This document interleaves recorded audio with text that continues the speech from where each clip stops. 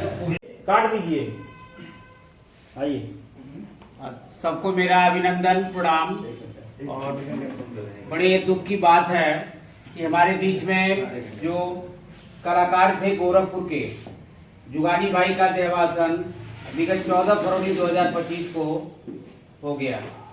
उस दुख की बेड़ा में हम लोग सभी लोग यहाँ पर तमाम पत्रकार, बुद्धिजीवी, समाज सेवी यहाँ पर हम लोग उपस्थित हुए हैं। मॉडर्न हेरिटेज का यह प्रांगण है एल्युमिनियम फैक्ट्री बसारतपुर के पास, और हमारे बीच में तमाम सम्मानित सदस्य यहाँ वो उपस्थित हैं।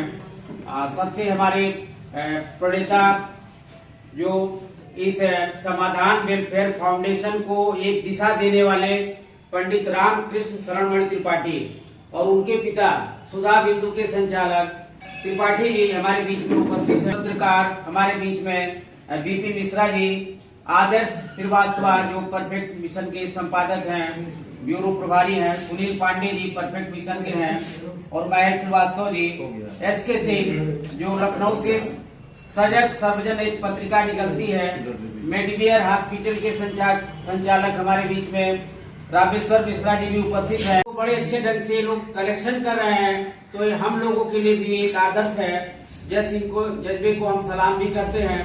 तो आज हम लोग यहाँ पर जुगानी भाई के श्रद्धांजलि सभा में उपस्थित हुए, तो हम चाहते हैं कि सबसे पहले पुष्पांजलि अर्पित करके और एक दीपक जला करके कार्यक्रम को प्रारंभ किया जाए। आदर्श भाई भी जी आएंगे, आ जाइए अभी। एक नाम छोड़ के विशाल सिंह का भाई मंच पर विस्तार है कि विशाल भाई को मेरा सादर प्रणाम। उनकी हमारे बीच में एसआई के संपादक शक्ति सिंह भी आए हुए हैं, तो नाम से अभी परिचय नहीं था, तो हो जाएगा। चलिए ठीक है, अभी फिर पुष्पांजलि रिकॉर्डिंग में भी तो आना चाहिए ना सबका। ठीक।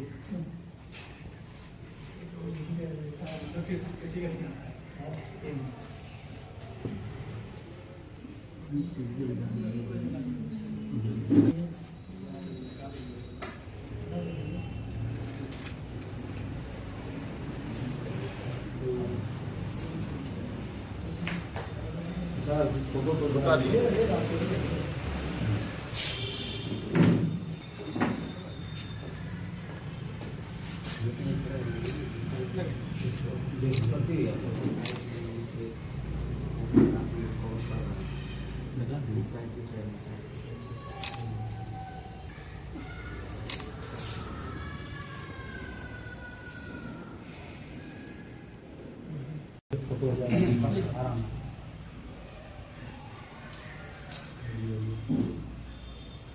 लाइन से पीछे आ रही है, एक आदमी पुष्पांजलि अर्पित करते हैं।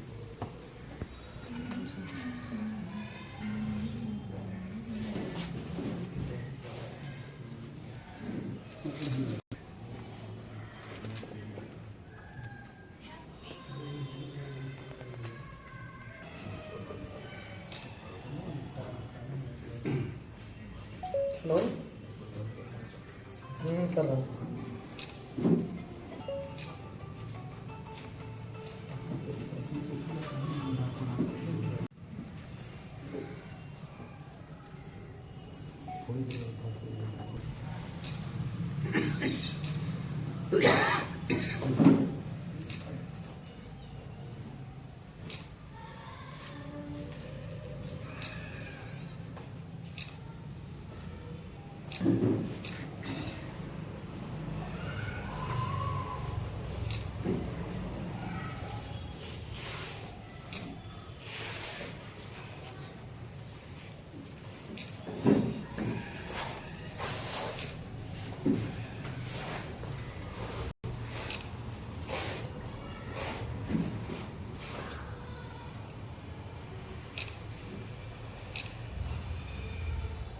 तक कार्यक्रम अधिकारी के रूप में सेवा देने वाले भोजपुरी साहित्यकार रविंद्र श्रीवास्तव उर्फ जुगानी भाई का शुक्रवार 14 फरवरी को उनका देहावसान हो गया।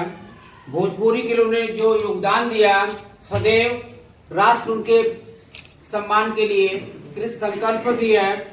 उनके ऊपर गोरखपुर विश्वविद्यालय में शोध भी हो चुका है। उनका अंतिम संस्कार गोरखपुर में राजघाट के पास किया गया।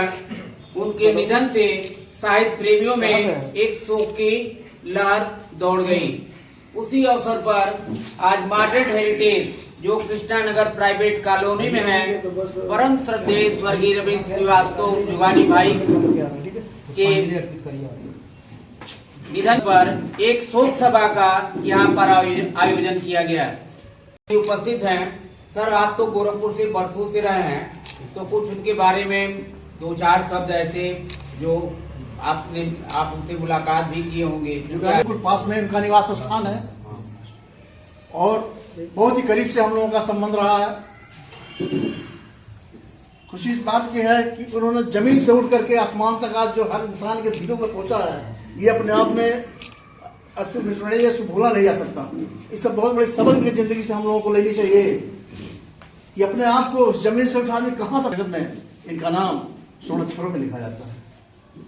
इनकी आवाजें जो दिलों को छू लेने वाली होती, देहातों में, गाँव में जहाँ रेडियो का संचालन चलता था, इनके कृषक कार्यक्रम को लोग इंतजार करते थे। उतने भी बाग सारी दुनिया भूल जाते जब तक इनके कार्यक्रम चलते, सुनना नहीं कोई चाहता था। ये भी एक गॉड गिफ्ट इनके अंदर, और ऐसे महानुभाव को मेरा कोट प्रणाम। बहुत बहुत धन्यवाद, बहुत बहुत धन्यवाद सर। आज जो एक समय का तकाजा भी है और वक्त के साथ हम लोगों को चलने की एक नसीहत भी एक प्रदान कर गए। उन्हीं की याद में हम लोग एक शोक सभा का आयोजन यहाँ पर कर रहे हैं।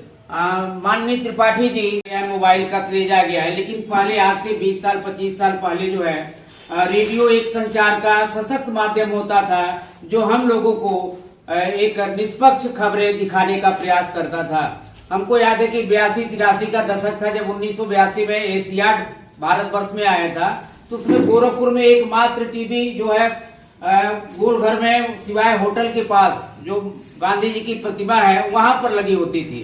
हम लोग छोटे छोटे दर्जा 6-7 में पढ़ते थे, वहां जाते थे एशियाड देखने के लिए।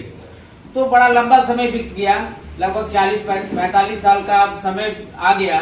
तो आजकल बच्चे जो है मोबाइल, टीवी, इन क्रियाकलापों के द्वारा अपना मनोरंजन भी करते हैं और पत्र पत्रिकाओं को पढ़ करके लाभ भी उठाते हैं। तो समय का एक तकाजा भी है कि हम लोग को समय के साथ चलना भी चाहिए। हमारे बीच में पंडित रामकृष्ण शरण त्रिपाठी, इनको मैं विगत 35 वर्षों से देख रहा हूँ। इन्होंने जो भिक्षा वृत्ति उन्मूलन का एक जंग छेड़ दिया है, एक तरीके से मुहिम, लगभग 25-30 साल का तो समय बीत ही गया है। समाधान वेलफेयर फाउंडेशन के ये संस्थापक भी हैं। इन्होंने पूरी जवानी मतलब इस समाधान वेलफेयर फाउंडेशन में न्यौछावर कर दिया है। तो हम लोगों के लिए एक प्रेरणा स्रोत भी है। अगर कहा जाए कि सच्चे मायने में समाज में पत्रकारिता के क्षेत्र में लाने का अगर श्रेय किसी को जाता है तो हमारे पंडित रामकृष्ण शरण त्रिपाठी को ही जाता है। हमको याद है कि आज से 5-7 साल पहले की बात है कि हम अगर किसी का बाइट लेते थे या कलम लिखने का प्रयास करते तो देख कर लिखते थे। उन्होंने कहा कि सच्चाई जो पत्रकार होता है वो वक्त की नजाकत, समय की नजाकत को देख करके तुरंत अपने आप जो है विचारों को प्रकट कर देता है। तो हम बुलाना चाहते हैं कि पंडित रामकृष्ण शरण त्रिपाठी को कि 2 शब्द जुगानी भाई की स्मृति में हम लोगों के लिए एक वक्तव्य प्रदान करें सर। जुगानी भाई और जुगानी भाई के इस उम्र के हिसाब से उनके साथ के अभी कई लोग ऐसे अभी और भी हैं जिन्होंने हमें गोद में खिलाया है। हमको याद है कि इनके बारे में तो स्मृतियां कई लोग हमको बताते रहते हैं। हमारे पिताजी से भी हमको कुछ जानने का अवसर मिला और इनके साथ के जितने लोग हैं उनसे भी जानने का अवसर मिला। जुगानी भाई से पहले मैं एक आदमी के बारे में और चर्चा कर दे रहा हूँ। अभी एक सुरेंद्र शास्त्री जी हैं जो हमारे बाबा के साथ वो भी रहते थे। इस समय उनकी भी तबीयत काफ़ी खराब है, वो अभी 90-95 वर्ष की उम्र में हैं और हमारे पिताजी को याद भी कर रहे हैं कि वो बाहर जाके वो मिल लें। मैं जब भी समय मिलता हूँ मैं उनसे जाके जरूर मिलता हूँ। और गजल साहित्यकार और इन सब जितनी विधाएं हैं वो सब में वो पारंगत हैं। उनकी कुछ पुस्तकें हैं जो अभी अप्रकाशित हैं, हमें उनको भी प्रकाशित कराने का कार्य आगे करना है। हमें जुगानी भाई के भी मित्र हैं और हमारे बाबा के भी मित्र थे।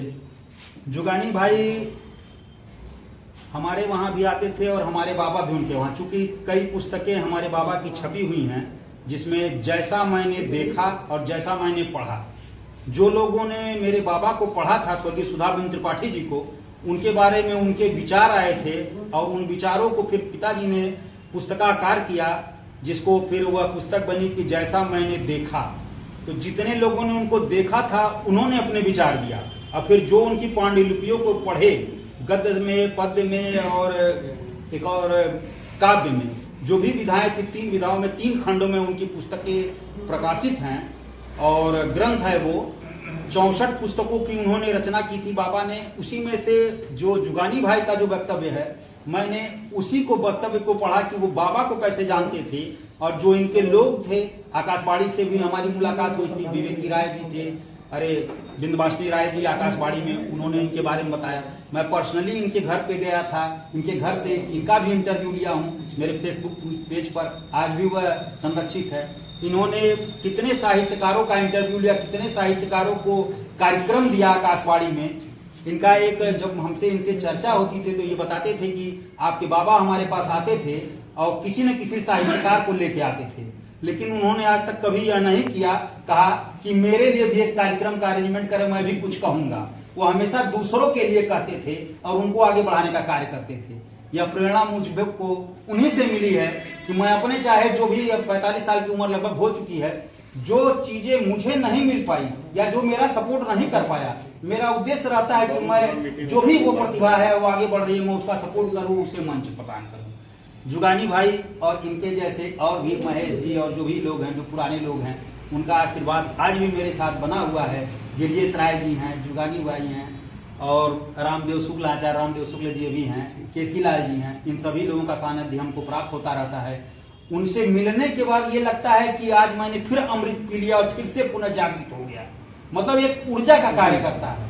आप बीपी मिश्रा जी हैं, आपको देखकर अगर कहीं से मैं वो होता हूँ, डगमगाता हूँ, तो आपके इस उम्र में ये प्रतिभा को देखकर और आपके इस जोश खरोश को देखकर अपने आप ऊर्जा आ जाती है। अपने पिताजी को मैं देख कर ऊर्जा के साथ लबरेज हो जाता हूँ।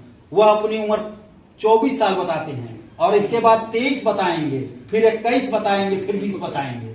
तो मैं चाहता हूं कि यह 1 वर्ष पर आवे और उसके बाद 101 वर्ष पर जब आवे तो ये बतावे कि मैं आज 0 वर्ष का हूं, आज ही पैदा हुआ हूं। वह दिन भी मैं देखना चाहता हूं और आपका आशीर्वाद बना रहे और हम सभी लोगों के ऊपर। देखिए, यह हमारी विरासत है, हमें अपनी विरासत को बचाना है, उनसे कुछ सीखना है। अगर हम लोग जो सीख लेंगे वही हम अगली पीढ़ी को प्रदान कर पाएंगे। जुगानी भाई का जो साहित्य है, जुगानी भाई के साथ जो जुड़ाव है, उसे आप लोग देखें। मैं इनका नाती होने के नाते आप सभी को आमंत्रित कर रहा हूँ। 26 तारीख को जुगानी भाई का ब्रह्मभोज है उनके आवास पर। आप सभी लोग मेरी तरफ से इनवाइट हैं, मैं आप लोगों को इनवाइट कर रहा हूँ। धन्यवाद, बहुत बहुत धन्यवाद। त्रिपाठी ने भी कहा, स्वयं इनको एक बाल्यावस्था जब ये मुश्किल से हमको लगता है कि 4-5 महीने रहे होंगे, इन्हीं के द्वारा मुझे ये सुनने को आभास भी मिला था कि इनको उन्होंने खिलाया भी था शायद गोद में। तो ऐसे महान भोजपुरी सम्राट को हम सभी लोग दिल से हार्दिक परम यहाँ पर श्रद्धांजलि अर्पित करते हैं। तो निश्चित रूप से आज के परिवेश में हम लोगों के लिए प्रेरणा स्रोत हैं। और इसी पर एक प्रसिद्ध किसी शायर का है कि सोचने से कहाँ मिलते हैं तमन्नाओं के शहर, चलना भी जरूरी है मंजिल पाने के लिए। अभी असली मंजिल पाना बाकी है, अभी इरादों का इम्तहान बाकी है, अभी तोली है मुट्ठी भर जमीन, अभी तोलना आसमान बाकी है। ऐसे परम आदरणीय श्रद्धेय स्वर्गीय रविंद्र श्रीवास्तव जी को सत सत नमन। कुछ और हमारे बीच में बंधुवर बैठे हैं, अगर 2 शब्द अगर आ जाए थोड़ा सा आप लोग भी नजदीक आ जाए।